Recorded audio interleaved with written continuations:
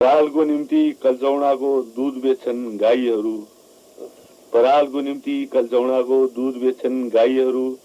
श्रृङ्गारको निम्ति सबथोक बेच्छन् देखे सुनेका माईहरू।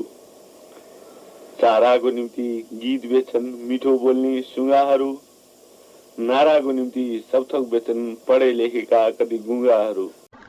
यहाँहरूले भर्खरै सुन्नुभएको आवाज युवराज महेन्द्रले पैसा पठाउँदा खाटमुनि लुक्ने, चार्ली च्याम्प्लिन जस्तै सबैलाई हँसाउने तर जीवन अति पीडादायी, थुप्रै आरोह र अवरोह खपेका हो उनी हास्य व्यङ्ग्यकार भैरव अर्याल हुन्। अलवर भैया उपनाम भएका भैरव अर्यालको जन्म विक्रम सम्वत 1993 असोज 5 गते कुपन्डोल ललितपुर नेपालमा भएको थियो। यिनका मातापिताका नाम खेम कुमारी अर्याल र होमनाथ अर्याल हो। तत्कालीन प्रहरी विभागमा लेखापाल रहेका यिनका बाबु आर्थिक अवस्था कमजोर भएकाले परिवार चलाउन र उच्च शिक्षा प्रबन्ध गराउन गाह्रो परेको पाइन्छ। उनले बाधा अर्चन खपेर भए पनि पढाइ लेखाइलाई निरन्तरता दिए। विक्रम सम्वत 2026 मा नेपाली विषयमा एमए उत्तीर्ण गरेका थिए। नेपाली विषयमा एमए र साहित्य र संस्कृतमा मध्यमासम्मको अध्ययन गरेका अर्याल 2011 देखि 2013 मा भवानी प्राथमिक विद्यालय कन्दली डाँडा पोखरा र 2013 देखि 2015 मा इन्द्रेणी माध्यमिक विद्यालय भाँसीखेल काठमाडौँमा शिक्षण पेसामा पनि लागेका थिए। बाल्यकालदेखि कान पाक्ने रोगले सिकिस्त अर्याल 16 वर्षको उमेरमा घाइतेको रोगले सिकिस्त भए। शल्यक्रियाले पनि सो रोग निको नभएर उनको गला सुक्न थालेको थियो, उनको आवाज बस्न थालेको थियो। कवि र नेता बन्ने धोको पनि यसरी नै सुकेर गयो। उनले हाल खबर नामक पत्रिकाबाट पत्रकारिताको सुरुवात गरेका थिए। उनी हाल खबर दैनिकका सम्पादक दाताराम शर्माले प्रोत्साहित गरेपछि 2014 सालमा त्यही पत्रकार नियुक्त भएका हुन् र पछि गोरखा पत्रको सम्पादन समूहमा रहे। मधुपर्कलाई स्तरीय बनाउन निकै खटे। रचना मासिक पत्रिकाका प्रकाशनमा पनि उनको भूमिका महत्त्वपूर्ण रह्यो। नेपालका विभिन्न स्थान भारत, जर्मनी, बङ्गलादेशको भ्रमण गरेका अर्याल नेपाली हास्य व्यङ्ग्य साहित्य आकाश कहिल्यै ननिभिने तारा हुन्। उनले विक्रम सम्वत 2009 सालमा नवजीवन नामक आफ्नो पहिलो कविता प्रतिभा पत्रिकामा प्रकाशन गरेका थिए। उनको पहिलो रचनाका रूपमा विक्रम सम्वत 2013 मा नवनिर्माण शीर्षकको कविता प्रकाशित भएको थियो। उनले हास्य व्यङ्ग्य काव्य आदिमा कलम चलाए। भैरव अर्यालको साहित्यिक व्यक्तित्वको विकास त्वरित गतिमा भएको थियो।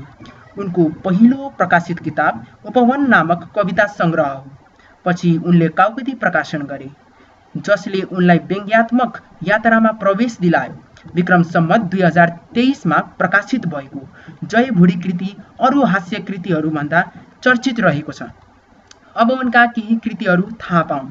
उपवन कविता सङ्ग्रह विक्रम सम्वत 2018, राष्ट्रिय आह्वान लघु काव्य विक्रम सम्वत 2018, काउकुती हास्य व्यङ्ग्य निबन्ध सङ्ग्रह विक्रम सम्वत 2019, गलबन्दी हास्य व्यङ्ग्य निबन्ध सङ्ग्रह विक्रम सम्वत 2026, जयभुडी हास्य व्यङ्ग्य निबन्ध सङ्ग्रह विक्रम सम्वत 2022, इतिश्री हास्य व्यङ्ग्य निबन्ध सङ्ग्रह विक्रम सम्वत 2028, बिरहीराम काव्य विक्रम सम्वत 2020, 10 अवतार हास्य व्यङ्ग्य निबन्ध सङ्ग्रह विक्रम सम्वत 2033, नेपाली काव्यमा प्रकृति समालोचना विक्रम सम्वत 2030, प्रवेशिका निबन्ध सङ्ग्रह विक्रम सम्वत 2027, टेढो ऐना निबन्ध र कथा सम्पादित अनुदित र फुटकर कृति, साझा कथा सङ्ग्रह 2025, छयाकन कविता सङ्ग्रह, रत्नश्री सम्पादन, गोरखापत्र सन् सम्पादक, विभिन्न पत्र पत्रिकाहरूमा कविता, लेख, समालोचना, हास्य व्यङ्ग्यात्मक रचनाहरू प्रकाशित। उनका केही चर्चित निबन्धहरू: जयभुडी, चुरोट केही झिलिमिली संस्मरण, लाहुरेको यात्रा संस्मरण, भान्सा भो हजुर, विकृति प्रतियोगिताको आयोजक समिति, नाम फेर्ने धुनमा, उडाउनुसित एकछिन उड्दा, केही राष्ट्रिय रोग एक अनुसन्धान, मपाई, विक्रम सम्वत 2005 सालमा शोभा अर्यालसँग विवाह गरेका भैरव अर्यालका 3 छोरा र 3 छोरी जन्मिएका थिए। विक्रम सम्वत 2022 सालमा नेपाल प्रज्ञा प्रतिष्ठानद्वारा आयोजित कविता महोत्सवमा उनी प्रथम भएका थिए। अबको क्रममा उनको जीवनमा घटेको एक रोचक तथ्य थाहा पाऊँ। परीक्षा दिनको लागि आवेदन पत्रको शुल्क 10 कमरु थियो। बनारसको विश्वविद्यालयले आयोजना गरेको परीक्षा थियो। तत्कालीन समयमा कम्पनी रुपैयाँ चल्थ्यो।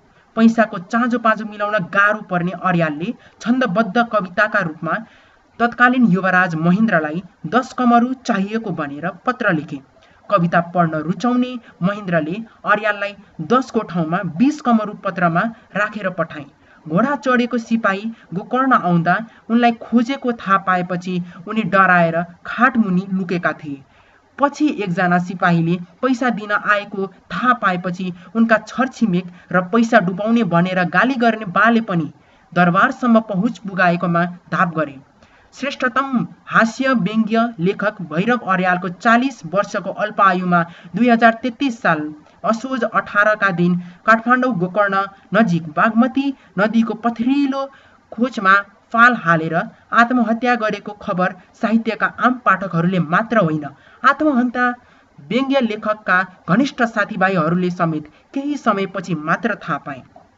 प्रतिक्रियात्मक मनस्तापका शिकार काठमाडौँको काठ क्षेत्रमा उदाएका यी बहुप्रतिभाशाली स्रष्टाले एक न एक दिन त्यस्तै केही भीषण उपद्रव गर्नेछन् भन्ने आशंका गरिरहेका उनका निकट मित्रहरूले उनको मृत्युको समाचारलाई टार्न नसकिने भवितव्यका रूपमा लिएको हुनुपर्दछ। त्यतिबेला घनिष्ठहरूमध्ये पनि घनिष्ठतम भैरव मित्र रोचक घिमिरे पोखरामा थिए। दशैंको लगत्तै पछिको बिदाको समय बिताउन पुगेका।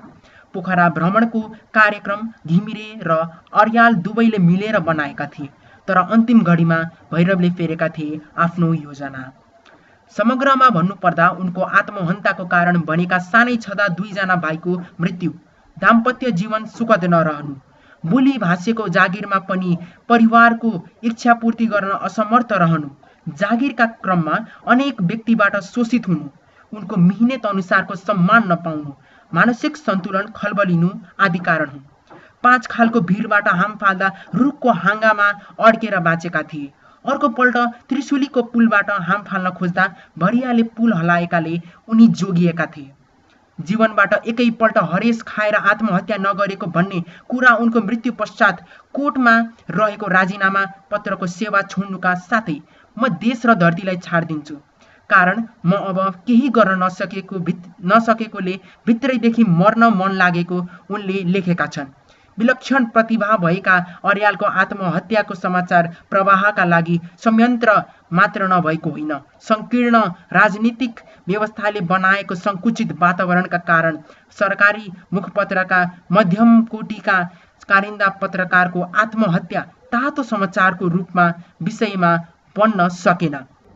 विजयादशमीको तेस्रो दिनपछि आफ्नो प्राण हरेका अर्यालका अन्तिम श्रद्धा अर्पण गर्दा त्यस सभामा गौरी राणा जोशीले भैरवका सबै सन्तानलाई 10 कक्षासम्म निशुल्क अध्ययन गर्ने वाचा गरिन् र राष्ट्रिय वाणिज्य ब्याङ्कबाट भैरवका श्रीमतीलाई योग्यता अनुसार जागिर दिएर अर्यालका योगदानहरूलाई सम्मान गरे।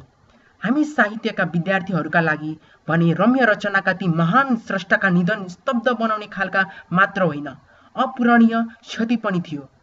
2 हातका औँलाको संख्यासम्म पनि नपुग्ने नेपाली व्यङ्ग्य लेखहरूका पंक्तिमा पहिलो नाम भैरवकै आउँछ, अहिलेसम्म पनि।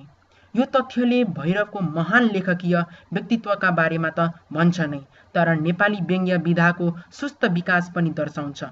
भैरवले बागमतीको बालुवामा देह बिसाएको 35 वर्ष बितिसक्दा पनि उनको ठाउँ लिने लेखक कोही देखिएको छैन नेपाली हास्य व्यङ्ग्य साहित्यमा। भिडियो सिद्धाउनु अगाडि उनको जीवनको एक अर्को घटना पनि थाहा पाऊँ। काम विशेषले 2-4 दिन बिता बसेर अड्डामा हाजिर हुन गएका दिन भैरव अर्याल सोझै आफ्नो कुर्सीमा नगई उनका वरिष्ठ नारायण बहादुर सिंह कहाँ जान्थे र मसिनो स्वरमा सोद्धथे, माङसाब मेरो जागिर र खुस्किया छैन? सिंह जो भैरवको प्रतिभाको ठूलो सम्मान गर्दथे र उनको मानसिक अवस्थाप्रति निकै सहानुभूतिशील थिए, त्यस प्रश्नबाट विचलित बन्दथे। त्यसै पनि कम बोल्ने बानी भएका उनी भैरवको प्रश्नको उत्तर दिँदैनथे, तर भन्दथे, ऊ त्यो पेपर बक्समा घाँसका परालको डङ्गुर छ, यसो छान्नुहोस्, आउँदो र शनिबार पठाउन सकिने केही भेटिन्छ कि हेर्नुहोस्।